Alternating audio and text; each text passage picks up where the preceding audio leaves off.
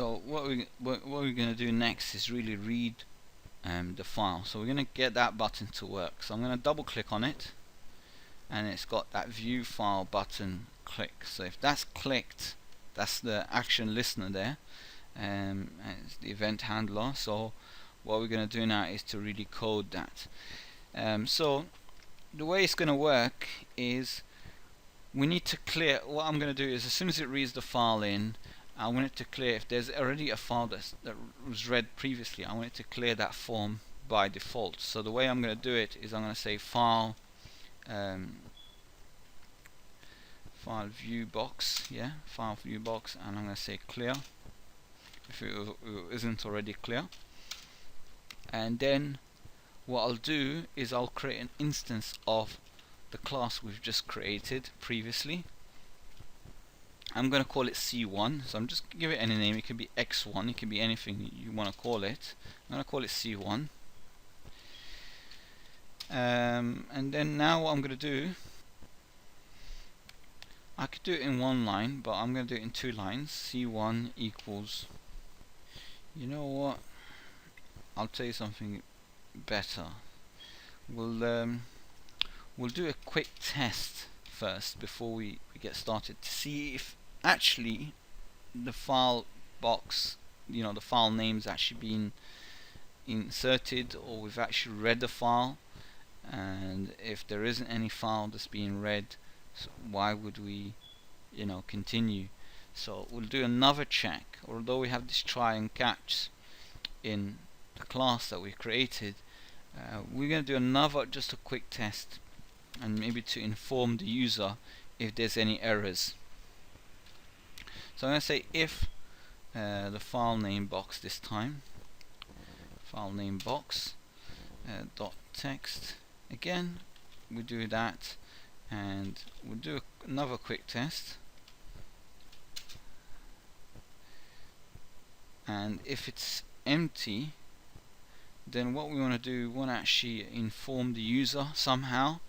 So we're going to say the file status, and this time we're going to say text to assign it, and we'll say equals and no file to read. So it will just basically give us that message if somehow it got through the first test that we did and it didn't notice that there isn't a file, and we just clicked on read file or view file. It should do like a little test to see if and inform the user there's no file to read. So that's just another backup test. So if that's obviously true, then it will do that. Else, we'll do an else, and read the file. So now let's initialize the object.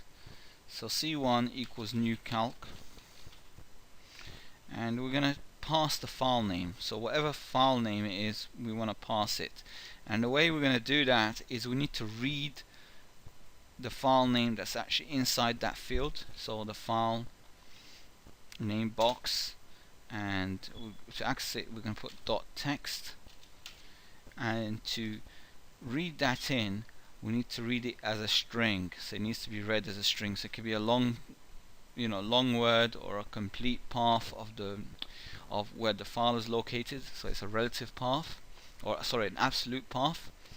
So we need to read that in as a string. To do that, we have to type .toString, which is available here.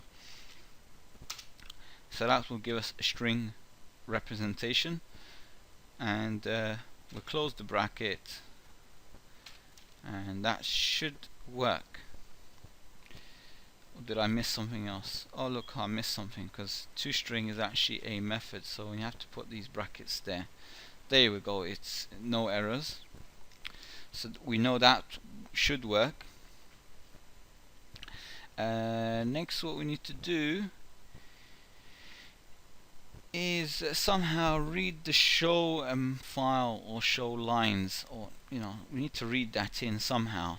So I'm going to create another string type, and I'm going to say show lines, show line maybe, and that should equal what's been read in as a show file.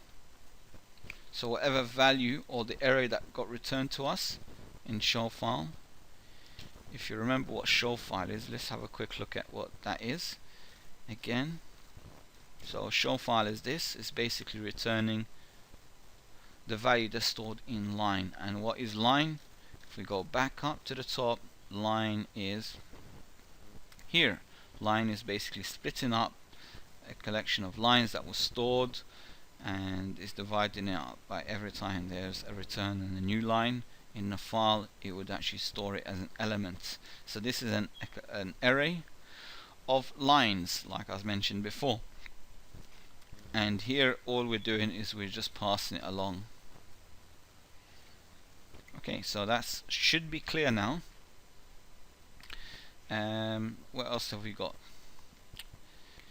So you see that we have an error there, and it says basically cannot implicitly convert type string array to string.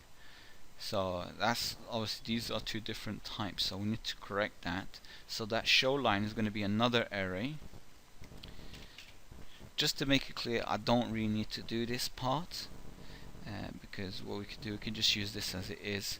However, just for simplicity and to make things easy to follow, I'm creating another array, and this time I'm going to use this array, not the one that's passed. So I'm storing this array in this array.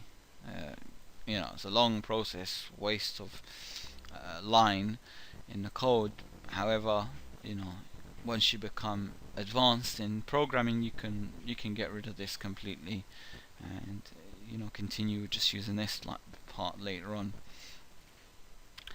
So just to get into it now, we're going to do pretty much what we did previously.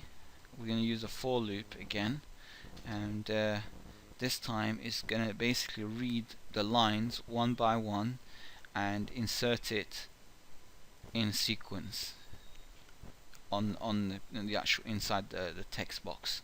So we're going to use a for loop, if I can get spelling right, for int, and I is less than show line. So basically we've got show line dot.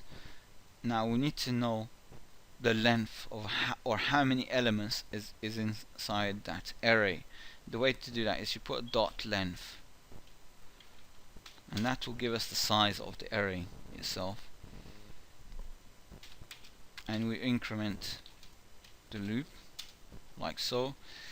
And this time what we're going to do is we're just going to basically print to the screen. So we're going to print inside that box. Now to do that is we need to know the name of the box. We called it file view, didn't we?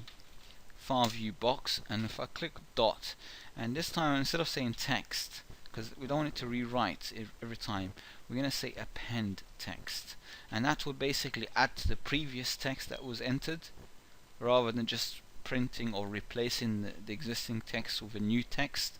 We need to append, so we need to concatenate the next string along. Yeah.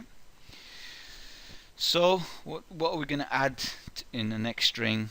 We're going to basically say show line, whatever is in there, and then we're going to put an I. So I would be 0, the first element in the array would be printed, and then I would be 1, the next element, 2, 3, and so on. So that will be incremented every time it goes around the loop.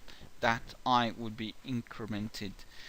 And not forgetting, we need to separate each append of text by a different line, so it looks neater instead of it just being just thrown into that box.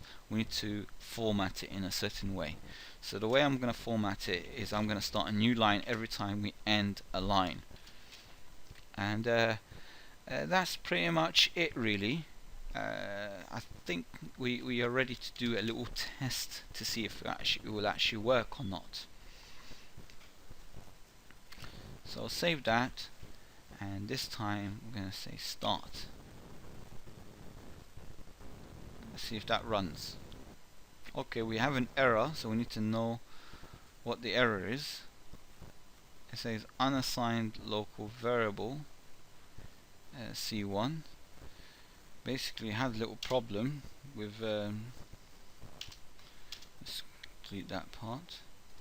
Right, so it had a little problem because what we was doing, we was actually checking if the file doesn't exist. So say that was correct. Else, if the file does exist, then we're saying, right, okay, pass the file name, and then we stopped there, and we didn't continue with it, so that it was actually outside the scope.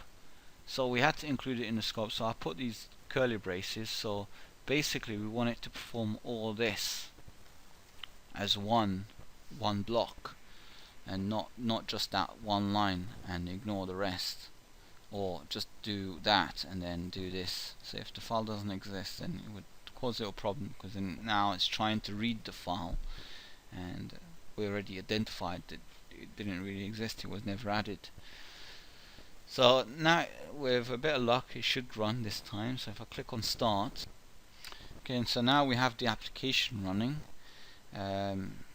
What we want to do is we want to click on view file. Let's see what happens up here. It says no file to read.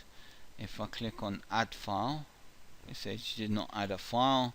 If I put text and I said add file, it says file added. If I say view file, it says the file doesn't exist, because obviously there is no file. Please try a different file name. I say OK, and it throws an exception. Right, so obviously that's what happens when the file doesn't exist, but at least it's identified. We're in debugging mode, just so you know.